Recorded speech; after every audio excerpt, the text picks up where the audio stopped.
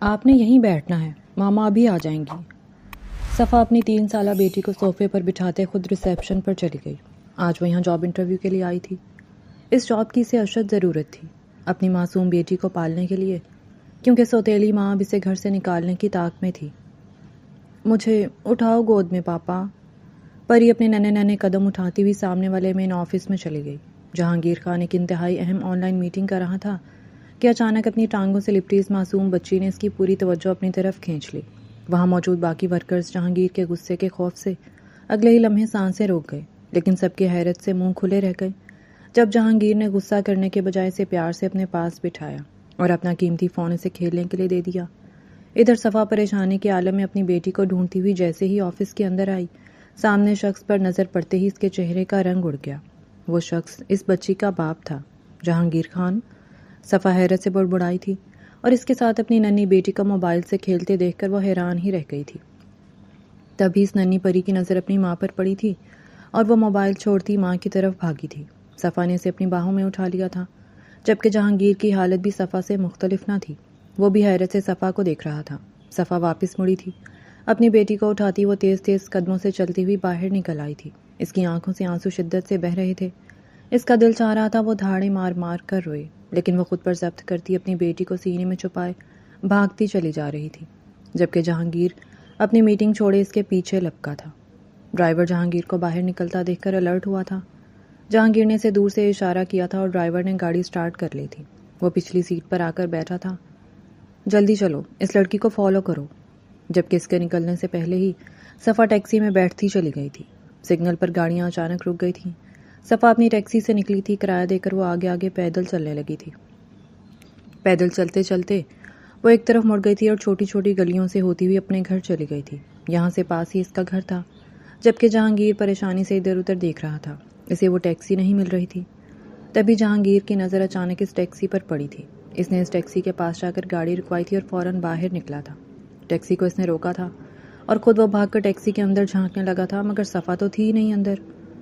آپ کے ساتھ جو سواری تھی وہ کہاں چلی گئی؟ وہ عجلت میں بولا تھا۔ صاحب وہ تو ادھر سگنل پر جب گاڑی رکی تو وہ میڈم وہاں سے نکل کر چلی گئی۔ کیا مطلب وہ چلی گئی؟ وہ گرایا تھا۔ مجھے نہیں پتا صاحب، وہ عورت بہت ڈری ہوئی تھی، رو بھی رہی تھی۔ اس کے ساتھ ایک چھوٹی سی بچی بھی تھی۔ میں نے تو بڑا کہا میڈم میں آپ کو گھر تک چھوڑ دیتا ہوں، مگر وہ نہیں مانی۔ ڈیم اٹ، ڈرائیور جلدی گاڑی سٹارٹ کرو۔ وہ اس کے ساتھ بیٹھتا ایک فون کال کرنے لگا تھا۔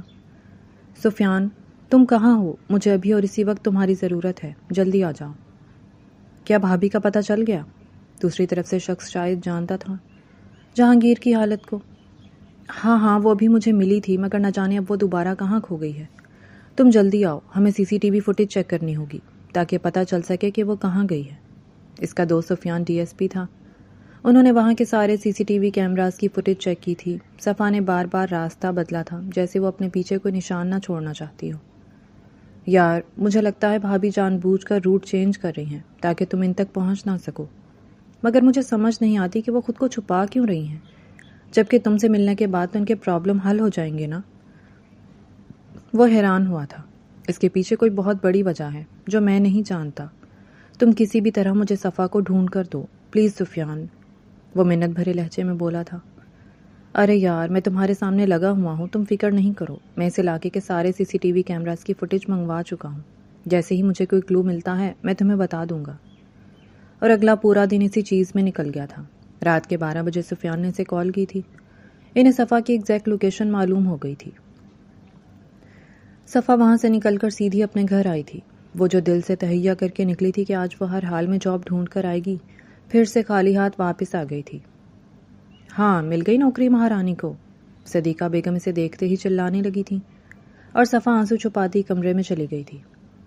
او مہارانی، کدھر جا رہی ہو؟ یہ میرا گھر ہے، تمہارے باپ کا نہیں ہے۔ دیکھیں آنٹی، میں یہاں سے بہت جلد چلی جاؤں گی۔ ابھی نوکری ملنے میں تھوڑا ٹائم تو لگے گا نا۔ مجھے جیسے ہی کوئی نوکری ملتی ہے میں یہاں سے چلی جاؤں گی، پلیز مجھے تنگ مت کریں۔ وہ ان کے سامنے ہاتھ جوڑتی آخر میں پھوٹ پھوٹ کر رو دی تھی، جبکہ پریوش حیرت سے ماں کو روتا ہوا دیکھ رہی تھی، اور پھر وہ پریشان سی ہو کر اس کی ٹانگوں سے لپٹ گئی تھی اور خود بھی رونے لگی تھی، جبکہ بیٹی کا خیال آتے ہی صفا نے جلدی سے اپنے آنسو صاف کیے تھے اور پری کو گود میں اٹھا کر وہ کمرے میں لے آئی تھی۔ ماما، بھوک لگی ہے۔ پری کو بھوک لگ گئی تھی مگر اس کے پاس کھانے کو کچھ بھی نہیں تھا۔ وہ باہر نکلی تھی۔ صفا کے ہاتھ میں پری کا خالی فیڈر دیکھ کر صدیقہ بیگم نے اسے گھورا تھا۔ خبردار جو تو نے کچن سے دودھ لیا، اپنی بیٹی کا دودھ جہاں سے مرضی منگواؤ، وہ شفاقیت سے بولی تھی۔ آنٹی میرے پاس ابھی پیسے نہیں ہیں، میں نے کہا نا جب میری نوکری لگ جائے گی میں آپ کو دے دوں گی۔ پچھلے 1 سال سے میں یہی سن رہی ہوں، تمہاری کب جاب لگے گی آخر؟ جاؤ نا اپنے اس شوہر کے پاس، اتنا پیسہ ہے اس کے پاس، اتنا امیر کبیر ہے، رہتی کیوں نہیں ہو وہاں جا کر؟ آپ جانتی ہیں میں اس کے پاس نہیں جا سکتی، اگر اتنا آسان ہوتا تو آپ کی باتیں کبھی نہ سنتی، وہ اسے جواب دیتی۔ ڈیڑھ بنی کچن میں آئی تھی، اس نے دودھ فیڈر میں ڈالا تھا۔ صدیقہ بیگم اس کی کارستانی دیکھ رہی تھی۔ 100 ڈھیٹ مرے ہوں گے تب جا کر تو پیدا ہوئی ہوگی، مجھے لگتا ہے تمہاری ماں بھی تمہارے جیسی ڈھیٹ ہی ہوگی، تبھی تو تمہارے باپ نے اس کے مرتے ہی شکر کا کلمہ پڑھا اور مجھے لے آیا تھا۔ ہر بات پر صفا کو ماں کا طعنہ ملتا تھا، یہ تو معمول تھا، مگر نہ جانے کیوں صفا اس چیز کو اپنے ذہن سے کبھی نکال نہیں سکتی تھی۔ وہ اب بھی ماں کے ذکر پر اتنا ہی تڑپتی تھی جتنا وہ بچپن میں اس عورت کی زبانی ماں کی تذلیل سن کر تڑپتی تھی۔ وہ عورت جب بھی اس کی ماں کے بارے میں برے الفاظ استعمال کرتی، اس کے سینے میں جیسے ٹیس سی اٹھتی تھی۔ پری کو اس نے بیڈ پر لٹا کر فیڈر دیا تھا اور خود اس کے پاس بیٹھ کر اسے تھپکنے لگی تھی۔ پری تو سو گئی تھی مگر صفا کی آنکھوں سے نیند کوسوں دور تھی۔ آج جو کچھ ہوا تھا وہ بہت ڈر گئی تھی، اسے تو لگا تھا وہ چھپ گئی ہے، اب وہ کبھی سے ڈھونڈ نہیں پائے گا، مگر وہ تو اس کے خود ہی آفس پہنچ گئی تھی، اب وہ اسے اگر ڈھونڈ رہا ہوگا تو۔ اچانک صفا اٹھی تھی اور اس نے بیگ نکالا تھا، اس میں اپنے اور پری کے چند ضروری کپڑے رکھے تھے اور بیگ بند کر کے اس نے بیڈ کے نیچے رکھ دیا تھا۔ الماری سے اس نے وہ اپنا قیمتی خزانہ نکالا تھا جسے ہر مشکل وقت میں بھی اس نے سینے سے لگا کر رکھا تھا، مگر اب اسے وہی کرنا پڑا تھا جس سے وہ اب تک کتراتی آئی تھی۔ اس نے ایک نمبر پر کال کی تھی۔ ندا مجھے تمہاری مدد چاہیے، ندا مجھے ارجنٹ ایک مکان چاہیے کرائے کا، کیا تم ارینج کر سکتی ہو؟ تم نے بتایا تھا نا تمہاری کزن ادھر ہی رہتی ہے، ان سے پوچھ کر کچھ بھی کرو، مگر مجھے آج ارجنٹ چاہیے۔ پیسوں کی فکر مت کرنا، میں پیسے کر لوں گی۔ دوسری طرف سے نہ جانے کیا کہا گیا تھا کہ وہ مطمئن سا ہوتی بیٹھ گئی تھی۔ تھوڑی دیر بعد دوبارہ اس کا فون آیا تھا۔ ہو جائے گا کام، وہ چھوٹتے ہی بولی تھی۔ چلو ٹھیک ہے، تم مجھے لوکیشن بھیج دو، میں وہاں پہنچ جاؤں گی۔ اگلی صبح اس نے صدیقہ بیگم کے اٹھنے سے پہلے ہی اپنا اور بیٹی کا ناشتہ بنایا تھا۔ ناشتہ کرنے کے بعد اس نے پری کو چینج کروایا تھا۔ اس کو ساتھ لے کر وہ بیگ لے کر نکلی تھی۔ اب یہ بیگ لے کر کہاں جا رہی ہو مہارانی صاحبہ؟ شام تک تو واپس آ جانا ہے تو نے، پھر اتنا سامان لے جانے کی کیا ضرورت ہے؟ صدیقہ بیگم نے اسے پیچھے سے آواز دی تھی۔ آپ فکر نہیں کریں، آج کے بعد اب آپ کو میری شکل دیکھنی نہیں پڑے گی، وہ اتنا کہہ کر باہر کی طرف بڑھ گئی تھی، جبکہ صدیقہ بیگم نے پیچھے سے جان چھڑا دینے والے انداز سے ہاتھ ہلایا تھا اور شکر کا کلمہ پڑھتی وہ اندر آ گئی تھی۔ خسکم جہاں پاک، نخوت سے کہتی وہ پلنگ پر لیٹ گئی تھی۔ دن کے 11 بج رہے تھے، ابھی اکا دکا ہی دکانیں کھلی تھیں۔ وہ بازار کی طرف آئی تھی۔ اس نے ایک سونار کی دکان پر ٹیکسی رکوائی تھی اور وہ اندر چلی گئی تھی۔ بیگ میں اس نے اپنے پاس موجود چند زیورات نکالے تھے۔ انکل میں نے یہ بیچنے ہیں۔ سونار نے وہ ساری چیزیں ہاتھ میں پکڑ کر دیکھی تھی، اس کے بعد ترازو پر تولی تھی۔ ایک باریک سی چین تھی اور ایک انگوٹھی تھی۔ سونار نے وہ چیزیں اونے پونے داموں ہی رکھی تھی۔ وہ چیزیں زیادہ مہنگی تھیں، مگر صفا کو اس نے ان چیزوں کے چند ہزار روپے ہی دیے تھے۔ صفا جانتی تھی وہ اس کے ساتھ بے ایمانی کر رہا ہے، مگر اس کے پاس کوئی چارہ نہیں تھا۔ اس نے وہ پیسے پکڑ لیے تھے اور اپنی منزل کی طرف روانہ ہو گئی تھی۔ ندا کی کزن وہاں پہلے سے اس کا انتظار کر رہی تھی۔ السلام علیکم آپی، کیسی ہیں آپ؟ میں ٹھیک ہوں صفا، تم بتاؤ کیسی ہو؟ ندا نے مجھے تمہارے بارے میں سب کچھ بتا دیا ہے۔ میں نے تمہارے لیے رہائش کا بندوبست تو کر لیا ہے، مگر وہ جگہ بالکل چھوٹی سی ہے، مطلب مجھے سمجھ نہیں آ رہی کیا تم وہاں پر گزارا کر لو گی؟ وہ ہچکچاتے ہوئے بولی تھی۔ آپی اگر جھونپڑی بھی ہو تو میں گزارا کر لوں گی، فکر نہیں کریں۔ اچھا ٹھیک ہے، تم بیٹھو چائے پیو، پھر میں تمہیں لے جاتی ہوں۔ نجمہ آپی جس سوسائٹی میں رہتی تھی وہاں پر ان کی ایک ہمسائی کا گھر تھا۔ گھر کے اوپر ایک چھت پر ایک چھوٹا سا کمرہ بنا ہوا تھا، ساتھ ایک چھوٹا سا واش روم تھا۔ نجمہ اسے اس عورت کے گھر لے آئی تھی۔ وہ عورت دکھنے میں ہی نہایت خرانٹ معلوم ہو رہی تھی۔ اس نے پہلے تو صفا کو سر سے لے کر پاؤں تک ایکس رے کرتی نظروں سے خوب جانچا تھا، پھر اس کے بارے میں ہزاروں سوال کیے تھے۔ شادی شدہ ہو؟ بچی کیا لگتی ہے؟ ماں ہے تو اس کا باپ کہاں ہے؟ تم اس کے ساتھ کیوں نہیں رہتی؟ اس طرح کے ڈھیروں سوال اس عورت نے کر کے صفا کا دماغ خراب کر دیا تھا، مگر صفا کے پاس سوائے صبر کے اور کوئی چارہ بھی نہیں تھا۔ تو وہ چپ چاپ اس عورت کے سارے سوالوں کے جواب دیتی رہی تھی۔ اس نے یہی کہا تھا کہ اس کے شوہر نے اسے چھوڑ دیا ہے۔ ارے چھوڑ دیا ہے؟ ایسے کیسے چھوڑ دیا ہے؟ ضرور تمہارے ہی کرتوت اچھے نہ ہوں گے۔ آج کل کی لڑکیاں ہیں بھی تو ایسی ہی۔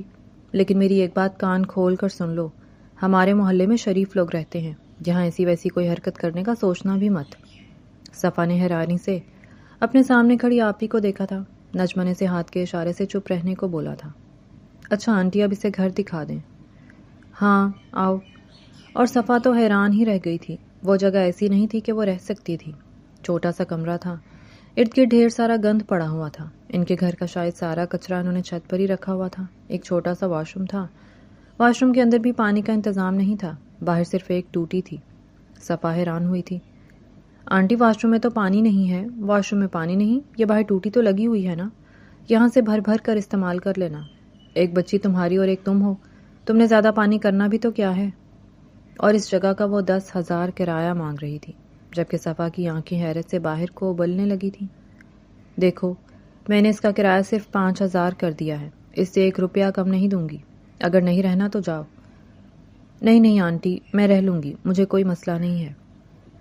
اس آنٹی کے ساتھ اس کی ایک بہو اور 2 بچے بھی رہتے تھے۔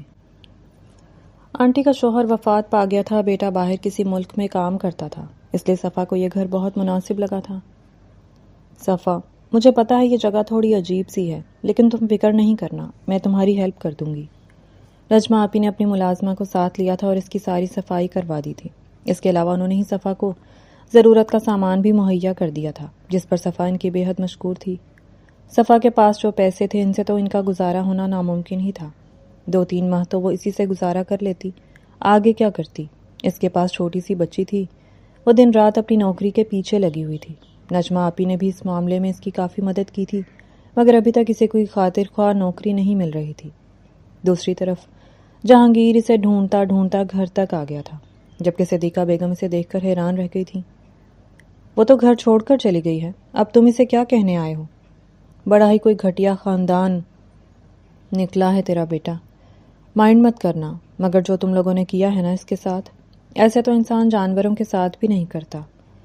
میں نے تو سوچا تھا چلو جی داماد خوب پیسے والا ملا ہے، نہ صرف میری بیٹی عیش کرے گی بلکہ مجھے بھی عیش کروائے گی، مگر تم لوگوں نے تو ہمیں گھر سے ہی بے گھر کر دیا۔ لاہور سے دیکھو یہاں فیصل آباد میں آ پڑے ہیں، اور اب تم لوگ فیصل آباد میں بھی ہمارے پیچھے پڑے ہو۔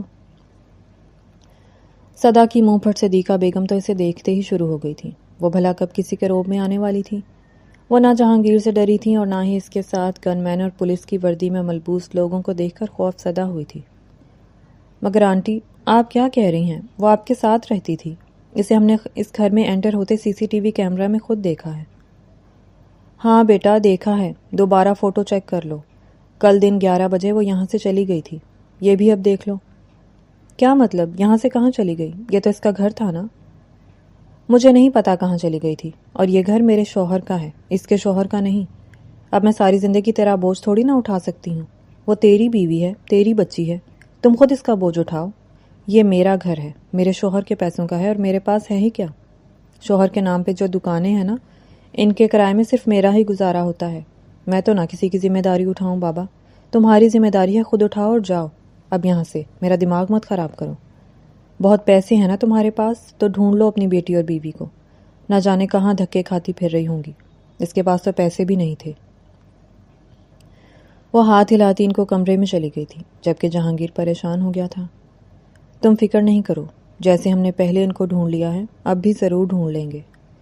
سفیان نے پریشان سے کھڑے جہانگیر سے وعدہ کیا تھا، اور اپنے وعدے پر پورا بھی اترا تھا۔ سفیان نے اپنے بندے پورے شہر میں پھیلا دیے تھے، وہ لوگ یہاں پر موجود تھے، سارے CCTV کیمراز کی فوٹیج چیک کر رہے تھے، اور بالآخر ان کو وہ فوٹیج مل گئی تھی جہاں پر وہ سونار کی دکان میں گئی تھی، اور جہانگیر اور سفیان دونوں مل کر اس دکان پر گئے تھے۔ سونار کو انہوں نے صفا کی تصویر دکھائی تھی۔ ہاں صاحب، یہ میرے پاس آئی تھی زیور بیچنے۔ وہ سونار تو پولیس کو دیکھ کر بہت ڈر گیا تھا، اور اس نے وہ زیور بھی نکال کر ان کو دے دیا تھا۔ یہ تو وہی چین اور انگوٹھی تھی جو جہانگیر نے اس کو دی تھی۔ اس سب کی کیا قیمت دی تم نے؟ سفیان نے غصے سے پوچھا۔ 60,000، وہ گھبراتے ہوئے بولا تھا، جبکہ سفیان نے ایک زوردار جھانپڑ اس بڈھے کے منہ پر دے مارا تھا۔ بے غیرت آدمی، اتنا مہنگا سونا ہے اور تم نے سونے کی قیمت اس کو 60,000 دی؟ صاحب میں لالچ میں آ گیا تھا، مجھے معاف کر دو، وہ معافی مانگنے لگا تھا۔ جہانگیر نے ہاتھ کے اشارے سے سفیان کو روک دیا تھا اور جیب سے پیسے نکال کر اس سنار کو دیے تھے، اور وہ دونوں چیزیں اس نے اپنی جیب میں ڈال لی تھیں۔ تبھی سفیان کو حوالدار کی کال آئی تھی۔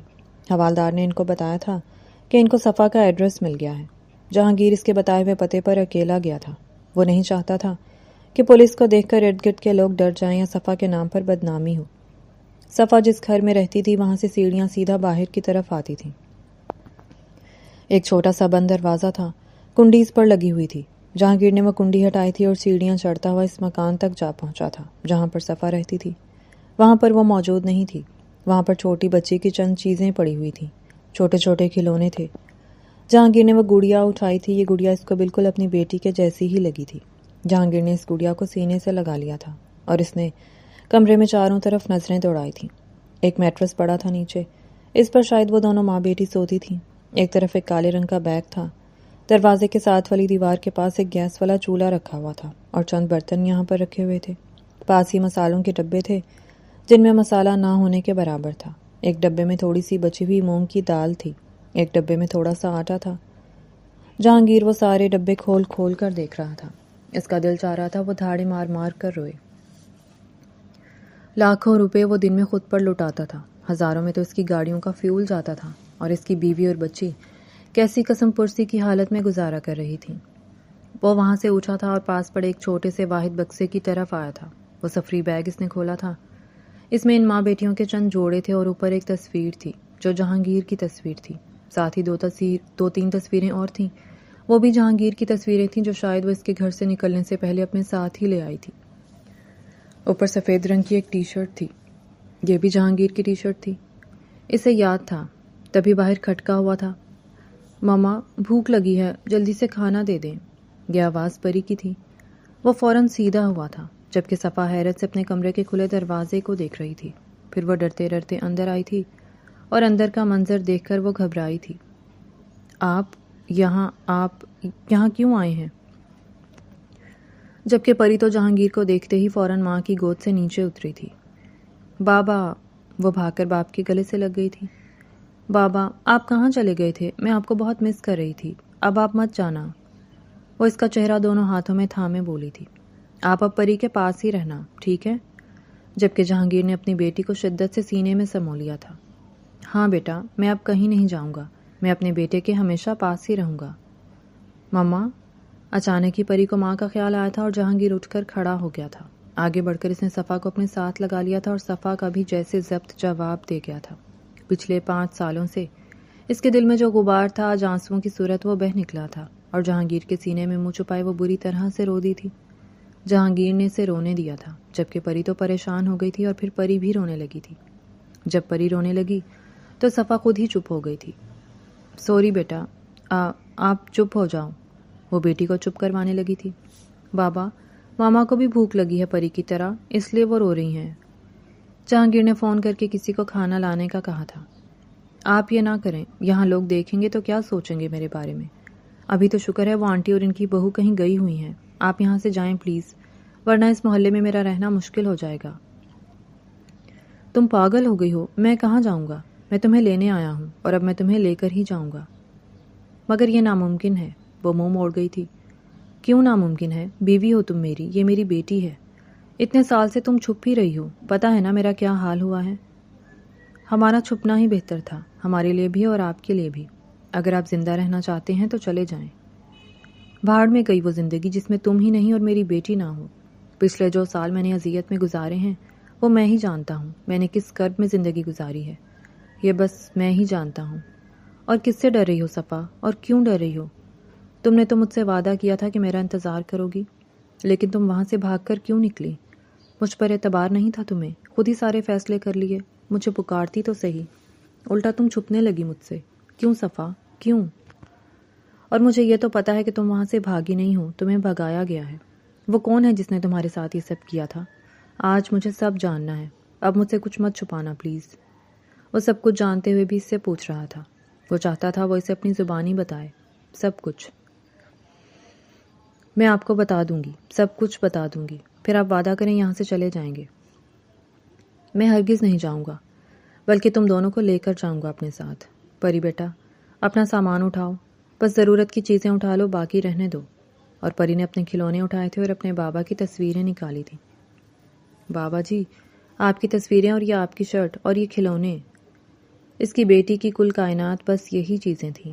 جہانگیر مسکرایا تھا۔ اس نے بیٹی کے ہاتھ چوم لیے تھے۔ مگر بیٹا، اپنا سامان نہیں لینا۔ اس نے پری کے کپڑوں کی طرف اشارہ کیا تھا۔ جہانگیر نے اور پری نے مل کر وہ سامان باندھا تھا۔ وہ وہاں سے نکل آئے تھے۔ وہ جب کمرے سے باہر نکلے تو نجمہ آپی باہر کھڑی تھی۔ صفا، یہ کون ہے؟ وہ حیران ہوئی تھی۔ آپی، یہ میرے شوہر ہیں۔ او، بہت خوشی ہوئی آپ کے آنے کی۔ اللہ پاک آپ دونوں کو یوں ہی ہمیشہ ایک ساتھ رکھے۔ آپی نے دل سے دعا کی تھی۔ آمین، آپ کا شکریہ۔ آپ نے میری بیوی کا اتنا خیال رکھا۔ اس میں شکریہ کی کیا بات ہے؟ میری بہن کی دوست ہے تو میرے لیے بھی یہ بہن کی طرح ہی ہے۔ مجھے نہیں پتا آپ لوگوں کے درمیان کیا معاملہ ہے، لیکن جو بھی ہے، اپنی بیٹی اور بیوی کو اس طرح ظالم دنیا کے آسرے دوبارہ مت چھوڑیے گا۔ یہ دنیا بہت ظالم ہے۔ جی، آپ کا شکریہ، نجمہ آپی نے جہانگیر کو سمجھانا چاہا تھا، جبکہ جہانگیر کو بھلا ان باتوں کی کب ضرورت تھی؟ وہ کون سا پری یا صفا سے ناراض تھا؟ بس حالات ہی ایسے ہو گئے تھے کہ ان دونوں کے درمیان اتنی دوریاں آ گئی تھیں، ورنہ یہ وہی جہانگیر تھا جو صفا کو دیکھے بنا پل بھی نہیں رہتا تھا۔ وہ صفا کو اپنا آکسیجن سلنڈر کہتا تھا۔ صفا خود بھی اس کی اتنی ہی دیوانی تھی۔ جہانگیر کی موجودگی میں وہ خود کو بھلا بیٹھتی تھی، مگر ان دونوں کی محبت کو جیسے نظر کھا گئی تھی۔ حالات نے ایک دم ہی پلٹا کھایا تھا اور وہ دونوں ہی ایک دوسرے سے بچھڑ گئے تھے۔ ظہیر خان اور دلاور خان بہت اچھے دوست تھے۔ وہ اسکول کے ٹائم کے دوست تھے۔ دلاور خان ایک مڈل کلاس فیملی سے تعلق رکھتا تھا، مگر ظہیر خان بزنس مین باپ کا بیٹا تھا۔ بڑے ہو کر بھی اس نے بزنس ہی سنبھالنا تھا، مگر وہ بچپن کی دوستی کو بھولا نہیں تھا۔ بے شک دونوں دوستوں میں پیسے کے معاملے میں زمین آسمان کا فرق تھا، مگر ظہیر خان دوستی کو پیسے کے ترازو میں تولنے والے انسان بالکل بھی نہیں تھے۔ انہوں نے ہمیشہ ہر جگہ اپنے اس دوست دلاور کو یاد رکھا تھا۔ دلاور بھی ظہیر پر جان چھڑکتا تھا۔ دلاور کی بیوی اس کی بیٹی کی پیدائش کے فوراً بعد انتقال کر گئی تھی۔ صفا کے پیدا ہونے کے بعد ان کو دوسری شادی مجبوری میں کرنا پڑی تھی، جبکہ صدیقہ بیگم کوئی اچھی عورت نہیں تھی۔ وہ صفا کا اتنا زیادہ خیال نہیں رکھتی تھی۔ جب صفا چھوٹی تھی تو دلاور خان کو بہت مسائل تھے۔ بیٹی کی وجہ سے وہ پریشان رہتے تھے۔ صفا جیسے جیسے بڑی ہوتی گئی، دلاور خان کو بیٹی کی طرف سے پریشانی بھی کم ہوتی گئی۔ صفا نہایت صابر اور سلجھی ہوئی لڑکی تھی۔ اس نے کبھی بلا وجہ باپ کو پریشان نہیں کیا تھا۔ دلاور خان ٹی بی کے مریض تھے۔ ان دنوں ظہیر خان بزنس میں اتنا مصروف ہو گئے تھے کہ ان کے پاس دوست سے ملنے کا ٹائم نہیں تھا، اور اسی مصروفیت کی وجہ سے وہ اپنے جگری دوست سے ہاتھ دھو بیٹھے تھے۔ دلاور خان بستر مرگ پر پڑا تھا۔ اب اس کا کوئی علاج نہیں تھا۔ جب ظہیر خان ان سے ملنے آیا تھا تو وہ اپنی آخری سانسیں لے رہا تھا۔ ظہیر خان اپنی دوست سے ہاتھ جوڑ کر معافی مانگ رہا تھا۔ اپنی بے خبری پر انہیں بے حد افسوس تھا۔ تم مجھ سے معافی مت مانگو خان، تمہارا دل بہت بڑا ہے۔ مجھے پتا ہے تمہاری غلطی نہیں ہے، میری سانسیں ہی اللہ نے اتنی لکھی ہیں، مگر میری ایک گزارش ہے تم سے، میری بیٹی کا خیال رکھنا۔ میں اپنی بیٹی کے بارے میں بہت پریشان ہوں۔ وہ روتے ہوئے بولے تھے۔ فکر نہیں کرو دلاور، صفا میری بیٹی ہے، میں اس کو کبھی اکیلا نہیں چھوڑوں گا، میرا وعدہ ہے تم سے۔ ظہیر خان صفا سے بے حد محبت کرتے تھے، اس بات سے سبھی واقف تھے۔ دلاور خان اسی شام انتقال کر گئے تھے۔ ظہیر خان نے ان کی تدفین کا سارا انتظام کیا تھا۔ اس کے بعد کل خوانی کے بعد انہوں نے اپنے اکلوتے بیٹے جہانگیر خان کے ساتھ صفا کا نکاح کیا تھا اور اسے اپنے ساتھ رخصت کروا کر لے آئے تھے، جبکہ ان کے اس انتہائی قدم پر ان کے گھر میں سب لوگوں نے ہی پرزور مخالفت کی تھی، سوائے جہانگیر کے۔ جہانگیر کو اپنی یہ پیاری سی بیگم بے حد پیاری لگی تھی، اور وہ تو پہلے دن ہی اس پر دل و جان سے پر مٹا تھا۔ صفا ڈری سہمی سی تھی جب پہلے دن اس گھر میں آئی تھی، اوپر سے گھر والوں کا رویہ اس کے ساتھ بے حد برا تھا۔ وہ سادہ سے سوٹ میں ملبوس صوفے پر بیٹھی تھی۔ اسے جہانگیر کے بارے میں سوچ کر ہی خوف آنے لگا تھا، اور ابھی تھوڑی دیر پہلے ہی ایک عجیب سی لڑکی اس کے پاس آئی تھی، خود کو اس کے شوہر کی منگیتر کہہ رہی تھی۔ ایک بات ہمیشہ یاد رکھنا لڑکی، یہ جگہ شہلا خان کی ہے، اور شہلا خان اپنی جگہ کسی کو نہیں دیتی۔ دیکھنا، میں تم سے اپنے خان کو چھین لوں گی، اس کے لیے چاہے مجھے کچھ بھی کیوں نہ کرنا پڑے، مگر میں تمہیں یہاں سے نکال کر ہی دم لوں گی، سمجھی تم؟ وہ نفرت سے اس کو کہتی چلی گئی تھی، اور پیچھے صفا کو پہلے ہی باپ کی موت کی صدمے میں تھی اور بھی پریشان ہو گئی تھی۔ تبھی وہ کمرے میں آیا تھا۔ اسے دیکھ کر وہ ڈر سے اٹھ کر کھڑی ہو گئی تھی۔ کیا ہوا خانم؟ ریلیکس۔ وہ اس سے ایسے بات کر رہا تھا جیسے اسے پہلے سے ہی جانتا ہوں۔ کھڑی کیوں ہوں؟ بیٹھو نا۔ اس نے ہاتھ پکڑ کر اسے اپنے پاس بٹھا لیا تھا۔ وہ کانپ رہی تھی۔ جہانگیر نے اس کے لیے گلاس میں پانی ڈالا تھا اور اس کی طرف گلاس بڑھایا تھا۔ پانی پیو اور ریلیکس ہو جاؤ۔ تم تو ایسے کر رہی ہو جیسے کوئی بھوت دیکھ لیا ہو۔ نہ کرو یار، مانا تمہارے جتنا خوبصورت نہیں، مگر ہوں تو میں بھی خان ہی، وہ شرارت سے بولا تھا۔ میری خانم کتنی سونی سی ہے، مگر چلو کوئی بات نہیں، میں بھی تمہارے لیے کوئی تحفہ نہیں لا سکا، لیکن کل ہی میں تمہیں منہ دکھائی کا تحفہ دوں گا۔ مجھے بتاؤ تمہیں زیور میں کیا پہننا پسند ہے؟ وہ اس کی سونی انگلیاں دیکھتے بولا تھا اور وہ حیرت سے اسے دیکھ رہی تھی۔ اسے لگا تھا وہ اس پر غصہ کرے گا، کیونکہ شاید وہ تو اس لڑکی کو پسند کرتا تھا، لیکن اس کے کسی بھی انداز سے ایسا نہیں لگ رہا تھا، بلکہ اس کی آنکھوں میں تو صفا کو اپنے لیے بے پناہ محبت نظر آئی تھی۔ کیا دیکھ رہی ہو ایسے؟ وہ اسے محویت سے تکتا دیکھ کر بولا تھا اور وہ شرم سے نظریں جھکا گئی تھی، اور جہانگیر اس کو کتنی ہی دیر تک یوں ہی تکتا رہا تھا، اور پھر بے اختیار ہی وہ اس کے ماتھے پر لب رکھتا اسے اپنے قریب کر گیا تھا۔ جہانگیر خان ظہیر خان کا اکلوتا بیٹا تھا، جبکہ ان کی بیوی ثریا خانم ایک بھلی مانس عورت تھی، مگر ظہیر خان کا چھوٹا بھائی شبیر خان جو ان کے ساتھ اسی گھر میں رہتا تھا، وہ اپنے بھائی کے بالکل برعکس تھا۔ وہ ایک نہایت ہی لالچی اور کمینہ انسان تھا۔ اسے صرف پیسہ پیارا تھا۔ وہ اپنے اس بڑے بھائی سے ہمیشہ خار کھاتا تھا۔ اسے سوائے پیسے کے اور کسی چیز سے پیار نہیں تھا۔ اس کے 2 بچے تھے، بڑا بیٹا وحید خان جو شادی شدہ بیوی بچوں والا تھا، جبکہ اس سے چھوٹی بیٹی تھی شہلا، اور شہلا کی شادی شبیر اپنے بھتیجے جہانگیر سے کرنا چاہتا تھا۔ وجہ یہی تھی کہ اس طرح وہ اپنے بھتیجے کی جائیداد پر راج کر سکے گا۔ شہلا بھی اس کے لیے پاگل تھی، مگر جہانگیر نے کبھی شہلا کو آنکھ اٹھا کر بھی نہیں دیکھا تھا۔ لیکن جب جہانگیر کا نکاح ظہیر خان نے اپنی دوست کی بیٹی صفا سے کر دیا تو وہ تو جیسے اس کے خون کے پیاسے ہو گئے تھے۔ وہ دونوں باپ بیٹا جیسے کوئلوں پر لوٹ رہے تھے، اور اس وقت وہ اپنے باپ کے کمرے میں اسی بات پر بحث کر رہے تھے۔ اب کیا کرنا ہے بابا جان؟ آپ نے ہمیشہ مجھے چپ رہنے کو کہا ہے، اب دیکھ لیا نتیجہ۔ وہ اپنی منمانیاں کرتے پھرتے ہیں، آپ کو تو کسی بات کی بھنک نہیں لگنے دی۔ اپنے اس ٹوٹ پونجیے دوست کی بیٹی کو لے آیا اپنی بہو بنا کر اس محل پر راج کرنے کے لیے۔ وحید غصے سے آگ بگولا ہو رہا تھا۔ وہ راج نہیں کرے گی، نہ اس کا راج اب قائم رہے گا۔ دیکھنا، دھکے دے کر یہاں سے نکال دوں گا، بس کچھ دن صبر کر لو۔ مجھے نہیں لگتا آپ کچھ کر سکیں گے، بلکہ وہ جہانگیر کی بیوی اب ہمیں دھکے مار کر نکال دے گی، وہ دانت پیستے بولا تھا۔ ارے ایسے کیسے نکال دے گی وہ ہمیں؟ یہ سب کچھ میرا ہے، سب کچھ میرا، شبیر خان کا، اور کوئی شبیر خان کو اس کی جاگیر سے نکال نہیں سکتا، بلکہ یہ لوگ نکلیں گے، ہاں یہ لوگ نکلیں گے۔ وہ مونچھوں کو تاؤ دیتے ہوئے بولے تھے۔ بچپن سے سن رہا ہوں یہ لوگ نکلیں گے، کب نکلیں گے؟ وہ کوفت سے بولا تھا۔ تم دیکھنا، پہلے میں لحاظ کرتا تھا، بھائی ہے، مگر اب اگر بھائی نے میرا لحاظ نہیں کیا تو میں بھی اب نہیں کروں گا۔ وہ گرائے تھے، اور شبیر خان نے ایک نمبر ملایا تھا۔ یہ ان کے کسی پرانے وفادار کا نمبر تھا اور اس کو انہوں نے اپنا پلان بتایا تھا۔ پلان سن کر وہ تو وحید خان کی آنکھیں چمک اٹھی تھیں۔ بابا، کیا جو آپ کہہ رہے ہیں سچ میں ایسا ہو جائے گا؟ تو کیوں نہیں ہوگا، اب ایسا ہی ہوگا۔ بابا، آپ نے گھر میں بیٹھ کر اتنی بڑی پلاننگ کر لی، کوئی سن لے گا۔ وہ کسی ڈر کے تحت باہر کی طرف نکلا تھا، اسے جیسے کوئی کھٹکا سا ہوا تھا۔ کیا ہوا؟ وہ واپس آیا تو شبیر خان نے پوچھا تھا۔ کچھ نہیں، مجھے لگا کوئی باتیں سن نہ لے۔ ارے کس میں جرت ہے شبیر خان کی باتیں سنے؟ لیکن شاید وہ بھول گیا تھا کہ دیواروں کے بھی کان ہوتے ہیں، اور کبھی کبھی ایسی باتیں سچ ہو جاتی ہیں۔ اگلے ہفتے ظہیر خان پشاور کسی کام سے جا رہے تھے، جبکہ راستے میں ان کی گاڑی کو کسی ٹرک نے کچل دیا گیا۔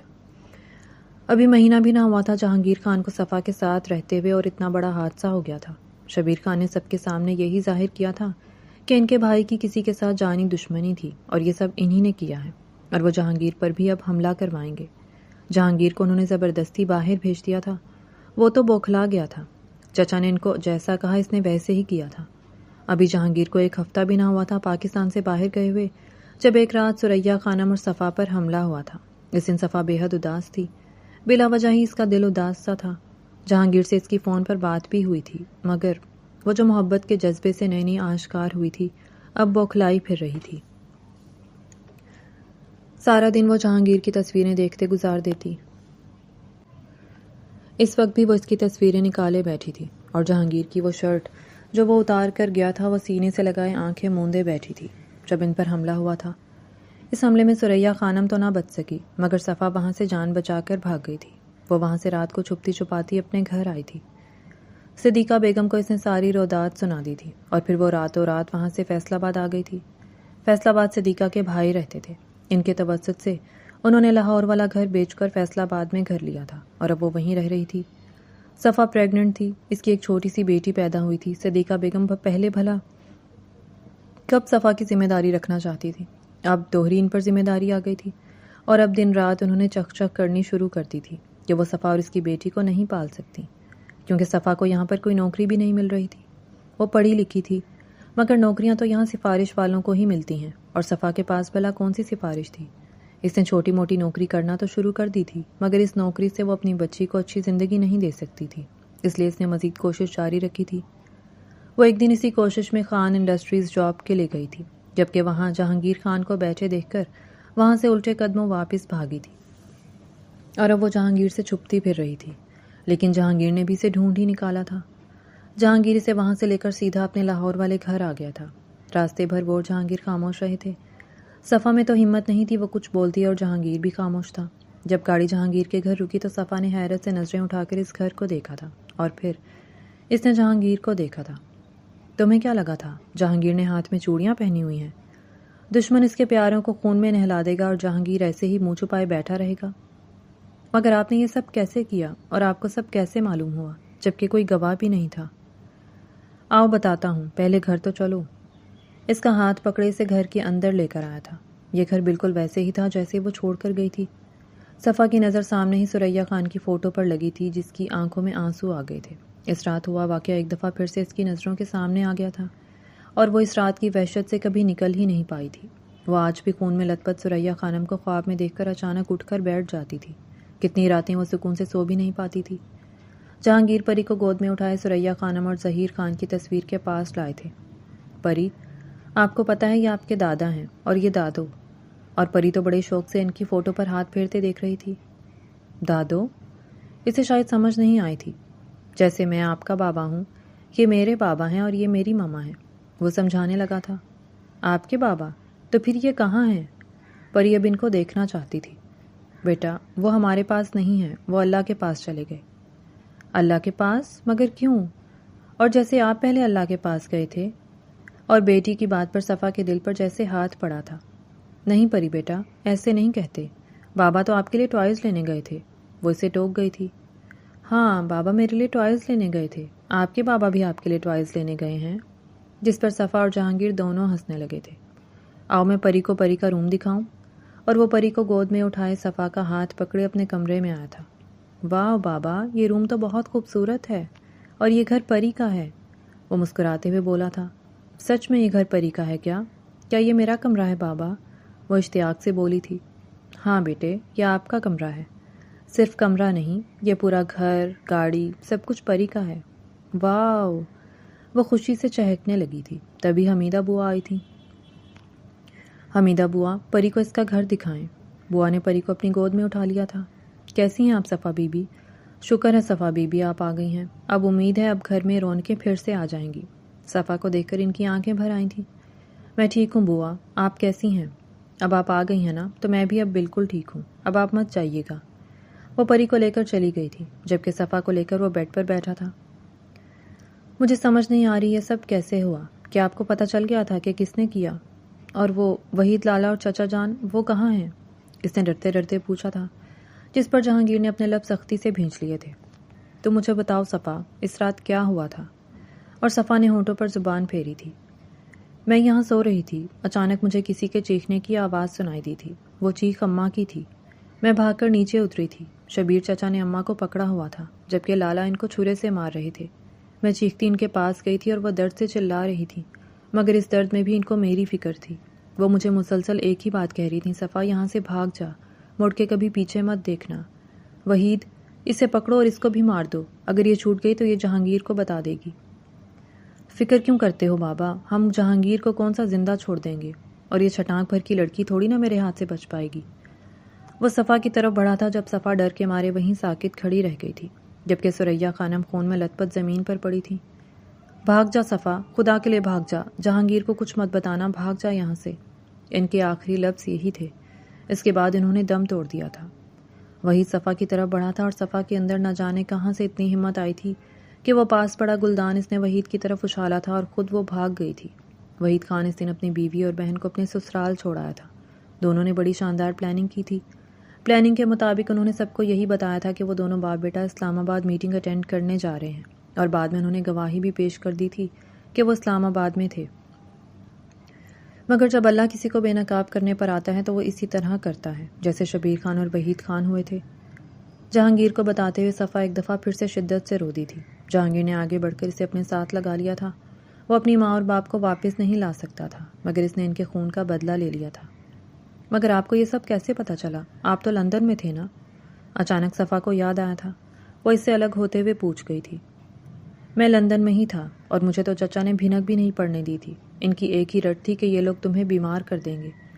مگر میری ماں جب چلی گئی تھی تو میں وہاں کیسے رہ سکتا تھا؟ میری رگوں میں بھی تو خانوں کا خون ہے، اور میں اتنا بے غیرت نہیں ہو سکتا تھا کہ ماں کے قاتلوں کو بھی نہ پکڑ سکتا، جبکہ تمہیں بھی مجھے ڈھونڈنا تھا۔ میں اگلی فلائٹ سے پاکستان پہنچ گیا تھا۔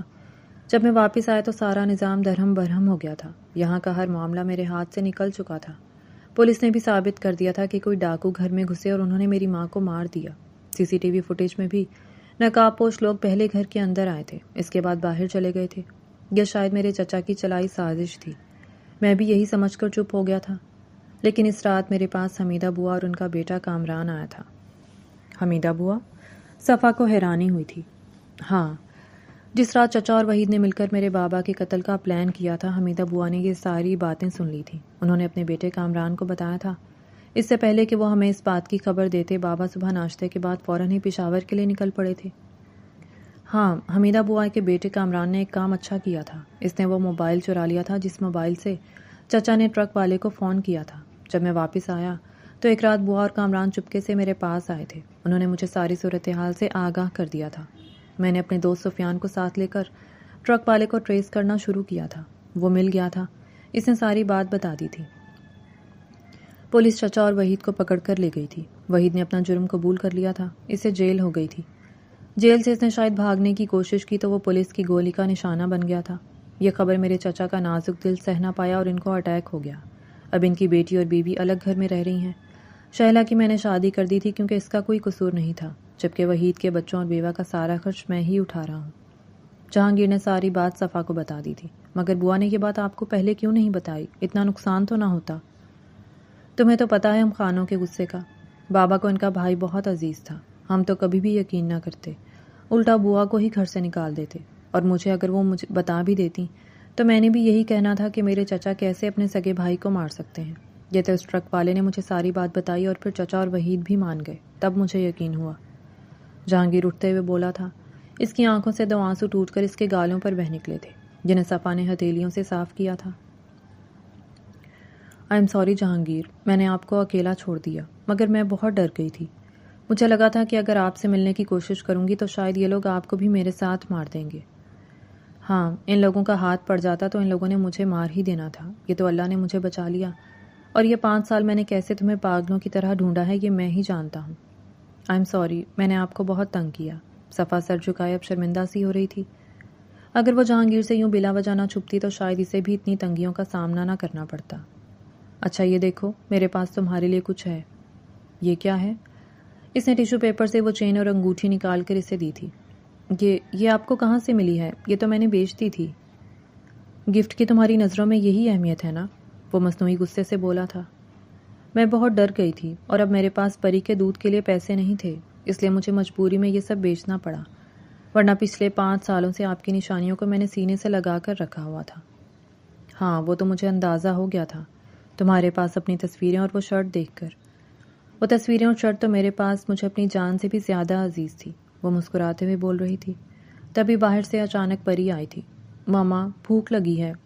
ایک تو پری کو ہر 2 منٹ بعد بھوک لگ جاتی تھی، پیچھے ہی حمیدہ بوا بھی آئی تھی۔ صاحب، پری کو بھوک لگی ہے مگر میرے ہاتھوں سے کچھ کھا ہی نہیں رہی۔ آپ صفا بی بی سے کہیں آ کر ان کو کھانا کھلا دیں، میں نے کھانا ٹیبل پر لگا دیا ہے۔ ہاں ہاں، آؤ پری، سب مل کر کھانا کھاتے ہیں۔ جہانگیر، صفا اور پری ایک ساتھ سیڑھیوں سے اترتے ہوئے ٹیبل پر آئے تھے۔ حمیدہ بوا ان کے پیچھے کھڑی اللہ کا لاکھ لاکھ شکر ادا کر رہی تھی۔ اس خاندان کے ان پر ڈھیروں احسان تھے، اور آج کتنے سالوں بعد یہ گھر پھر سے آباد ہوا تھا، اس پر وہ دل سے شکر گزار تھی۔